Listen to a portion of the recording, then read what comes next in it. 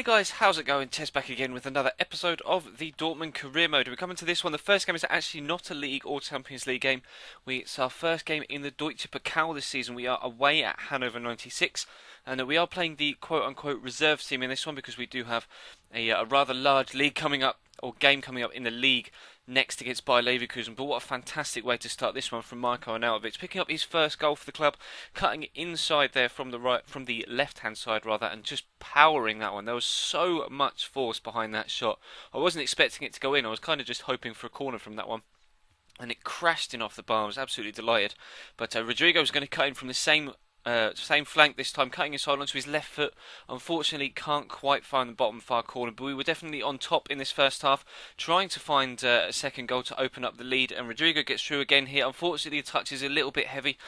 He kind of offers the opportunity to the goalkeeper there to be able to close the gap.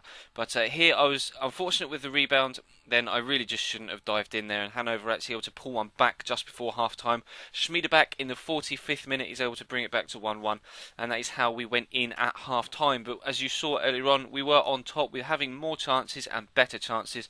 And it wasn't long in the second half before we were able to get ourselves back in front. A lovely turn ball round the corner from Rodrigo there. Nangolan's just onside. And it was only a matter of time before he was able to pop that one into the back of the net. It was kind of a foregone conclusion. As soon as I got beyond the back line of the defence, it was only a case of just putting it into the back of the net to give us a 2-1 lead. And Rodrigo almost made it 3-1 here. You would have put your house on him scoring from there, but unfortunately didn't. But nonetheless, that was enough. The 2-1 lead was enough to see us through to the next round of the Deutsche Pokal, which is superb. Now, the next game in this episode is going to be this big game against Bayer Leverkusen away from home. Now, obviously, they came third behind us in the league last year, just on goal difference, solely on goal difference, so we really need to pick up result here if possible. So you can see Bayern Munich have dropped points in 2 games. They've drawn their last 2, so we've closed within 3 points of them, which is fantastic actually. If we can continue the run of good form, then hopefully we can be able to close the gap to Bayern Munich at the top of the table. Obviously Lewandowski scored his first goal for quite a while in the last episode. Reus is back from injury, and somehow he wouldn't take the shot there. I was hammering Bean, he just wouldn't. It just hit him on the shin and bounced out for a goal kick, which is unfortunate. Here again, got the good turn on the defender, but the touch was just a little bit too heavy, allowing the goalkeeper to rush out and smother the ball, and the chance unfortunately goes amiss. We get another one from S1 here, a lot of space on that left hand side, but again the goalkeeper dives to his left hand side to make a good save. And Reus, just 5 minutes before the end of the half here, another good chance with a free kick. This time again well saved. So we'd had a lot of chances. We're going to have one more in this first half before the half's out. Gundogan again, another good run from deep, but unfortunately this shot does get deflected over. Then we're actually going to put Goetze on the corner because he's not the tallest, so he's got good delivery. So we'll whip it in. Subotic goes up and it just flashes past that far left post. So that is how we went in at half-time at 0-0. We'd been completely dominant, but of course, straight after half-time, they're actually going to have their second shot of the game, and it's actually going to result in them taking a 1-0 lead. Now Kiesling whips it in from the left-hand side to the far corner of the box.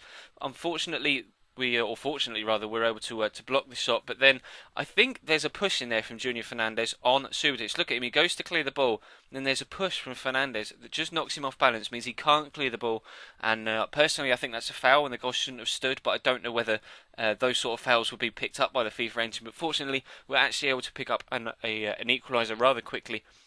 I thought actually Reus was going to be offside there, and I was waiting for the flag to go up, but it turns out that the ball wasn't played through by Lewandowski. It was actually the defender getting a foot to it and then tackling it away from Lewandowski, which of course means that Reus is onside and is able to slot the ball just underneath the goalkeeper to bring us back level. And I thought we were going to get a fantastic chance here. Lob ball through to Lewandowski. He's in good form at the minute.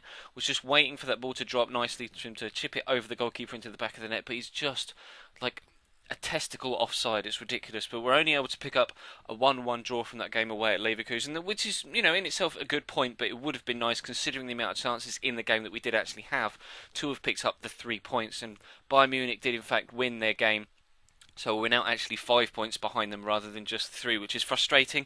But we've got no time to dwell on that. We're back to the Champions League, and we struggled against Anderlecht in the first game against them this season. Obviously, we are still second in the group behind Benfica, who did beat us in the previous game, rather convincingly, to be completely honest. And then Anderlecht, the game before that was against Anderlecht, and it took 2 goals from Reus, one of which it came in at the 88th, 89th minute for us to be able to pick up a win. But we didn't actually get on the score sheet here until the 44th minute. As you can see, Nuri Sahin popping up in the box to score us a goal, and a goal either side of half time, just a few minutes either side, with this lovely move finished off by Nangolan in the 47th minute or 48th minute, means that we had a solid footing for the rest of the game. They were kind of switching off before half time and then weren't switched on again after half time. And Rodrigo here with an absolutely wonderful effort.